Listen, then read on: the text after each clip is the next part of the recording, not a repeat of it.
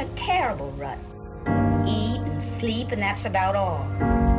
You don't even have any real conversations. From your uncles? My Uncle Charles?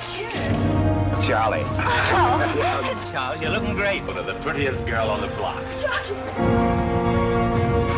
We're all happy now, Uncle Charlie. Look at us. We're sort of like twins, don't you? Not many people, unless they're pretty big film viewers, will say, oh yeah, Shadow of a Doubt. That doesn't pop to mind. But that was Hitchcock's own personal favorite of his movies. And it stars two actors who are not well remembered now, but were wonderful actors, Teresa Wright and Joseph Cotten. Joseph Cotten is in Citizen Kane. And the reason why he liked it was that he'd only been in America a little time. And the first couple of movies he'd made in America, like Rebecca and Suspicion, they were still like set in England and kind of glamorous, all shot in studios. This movie they shot actually in Santa Rosa, California, on location. It was a much smaller town then. And with no big stars in it. So they didn't have to worry about that aspect of the film. They could do what they wanted with it. And Hitchcock loved it because it was the idea of introducing evil into what seemed like the perfect small American town. It set place in Santa Rosa, California, but it could be anywhere. I think people who've followed in his footsteps, like you think about like David Lynch in a movie like Blue Velvet. It's kind of the same idea. Much more. That movie is much more graphic and sordid, but you could see that Shadow of a Doubt could be the inspiration for Blue Velvet. Saying it could be, like Hitchcock liked this idea that there was good in evil and evil in good, and that even in this perfect town. And so now this is another one where I haven't seen this film in over 30 years, but I have a distinct memory of really liking the Teresa Wright character. Well, she's a wonderful actress. She did 2 or 3 films in a row at that time. One of her most famous is The Best Years of Our Lives. She always played a kind of character who seemed innocent, sincere, but at the same time was very smart and has her eyes open. And so, yeah, she's a wonderful actress. Shadow of a Doubt is another one of those films of Hitchcock's where you know who the bad person is. You know it right from the start. This Joseph Cotten character is the Merry Widow murderer. He's a guy who marries rich older women and then murders them and takes their money. And his name is Charlie, and he's the Uncle Charlie of this wonderful family that lives in Santa Rosa.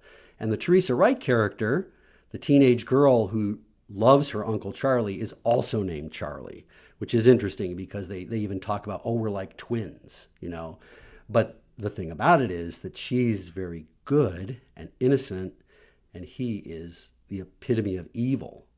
And he comes to this town, and Shadow of a Doubt refers to her doubts that build and build about Charlie until she realizes he really is a murderer. And yeah, so it's very compelling. And as I recall, the suspense sort of builds throughout the final third of the movie. Yeah, and I don't want to give stuff away, but it does become, Hitchcock, he doesn't just do suspense, he does action really well too, right? Incredibly well. And we love Hitchcock for all the crazy action sequences that end some of his movies, people hanging off of Mount Rushmore or the Statue of Liberty as climactic scenes. I loved those as a kid. And again, that's why Hitchcock is so wonderful, because this is a weird comparison, maybe a flawed analogy, but in some way he's like the Beatles of filmmakers. Because when I think about my parents, I'm old enough, my parents were born before rock and roll. They grew up before rock and roll even existed. So if you asked my parents in the 1960s to name like a rock and roll band, they could probably name one. They could name the Beatles, because the Beatles were everybody knew about the Beatles, right? And the Beatles were like incredibly popular and everybody liked them, but at the same time they were highly innovative and artistic. And that's what Hitchcock's like. He was hugely popular. Everyone knew his name. He was, if anyone knew a director's name in the golden age of Hollywood, in the public, they knew Hitchcock. But at the same time, I mean, to this day, he's still studied in film school. He does amazingly innovative stuff. And you look at Psycho from 1960, it created a whole subgenre of horror movies that is still going on to this day. He followed Psycho with The Birds, and then after that he had, Marnie followed that, and that was somewhat successful, but then he had a period of time where his films really weren't that successful, and he seemed a little bit passé, but he came back in 1972 with his second to last movie, Frenzy, which the first time I saw Frenzy was at the Bijou Theater in Easttown when I was in high school, and it was a double feature with Psycho. And Frenzy was also his return to England, where he filmed. Actually, reading up on it, the most of the neighborhoods where it was filmed were the places that he grew up. So there's a little bit of autobiographical. And we were talking about the Wrong Man scenario. This is one of the Wrong Man films because the actor John Finch plays Dick Blaney, who's accused of murders that he hasn't committed. But he's friends with the guy who is the murderer, and we know who the murderer is.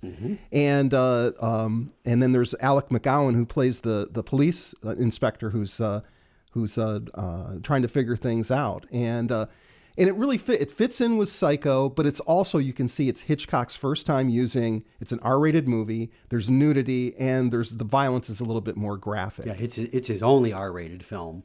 And he I guess once they knew they were going to do that, he took advantage of it he doesn't go over the top with it, but he does do a few things that are more graphically violent than he's ever been able to do in a previous film.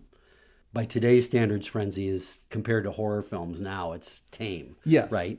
But you named Psycho and The Birds. I mean, would it be fair to say that, in a way, modern horror was invented by Hitchcock? Is he really the first innovator of what became...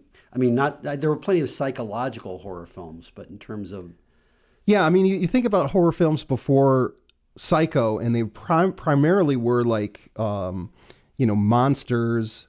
They weren't the human monsters. They were the monsters of Frankenstein and Dracula and the Mummy, but Psycho makes it the psychological, taking that psychological horror even further, and yeah, I mean, it's funny though that we give him credit for that. A lot of film critics would say that it also spawned a lot of really bad slasher movies. Oh, there's no question. But you can't blame the person who did it. I mean, you can look at all kinds of innovation in the arts, and someone does something better than anybody else, and then they have a million inferior imitators.